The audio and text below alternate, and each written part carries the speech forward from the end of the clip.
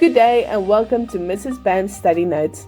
Today's topic is regarding the Sigmund Freud theory of the ID, ego and the superego that can be effectively illustrated by the popular imagery of an angel and a demon on a person's shoulders. But first, a bit of background on the work of Sigmund Freud. Freud developed his theory of the mind in the late 19th and early 20th century as part of his broader work on psychoanalysis. He initially trained as a neurologist and began studying the human mind through the treatment of patients with psychological issues. He introduced psychoanalysis as a method for exploring the unconscious mind and understanding repressed thoughts and feelings. Freud proposed that much of our behavior is influenced by unconscious processes and believed that early experiences, particularly childhood events, shape our personality and can lead to unresolved conflicts that manifest as psychological symptoms. In the early 1920s, Freud introduced the structural model of the psyche, dividing it into the ID, the ego, and the superego. This model emerged from his observation of patients and the understanding that the mind is not a unified entity, but rather a complex interplay of competing forces.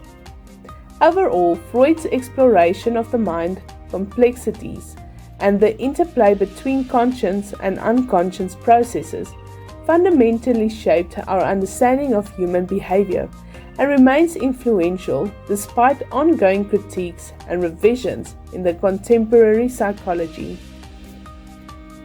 Sigmund Freud's theory of the ID, the ego, and the superego can be effectively illustrated by the popular imagery of a person with an angel on the one shoulder and a demon on the other shoulder. In this type of imagery, the angel usually convinces the person not to do what the demon suggests. Firstly, the ID. This is the primal instinctual part of the mind that seeks immediate gratification and pleasure. It is driven by basic desires and urges, similar to that of how a demon on the shoulder might represent temptation, impulses, and behavior. This figure encourages the person to indulge in their most basic instincts without regard for the consequences. Number 2, the superego. This component acts as the moral compass, representing internalized societal rules and values.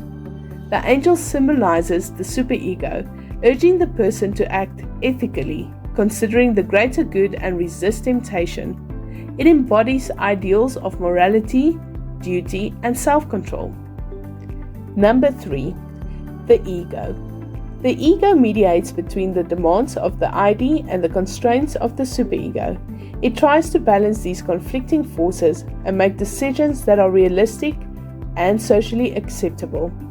In summary, the ID seeks pleasure, the superego enforces morality, and the ego balances these competing demands, helping us function effectively in society. This dynamic shapes our behavior and decision-making processes. Join me again for Mrs. Bam's Study Notes. Listen up, big guy. I got 3 good reasons why you should just walk away. Number 1. Look at that guy. He's got that sissy stringy music thing. We've been through this. It's a harp, and you know it. All right. That's a harp. And that's a dress. Robe. Reason number 2. Look what I can do. What? What does that have to do with anything? No. He's got a point. Listen, you guys.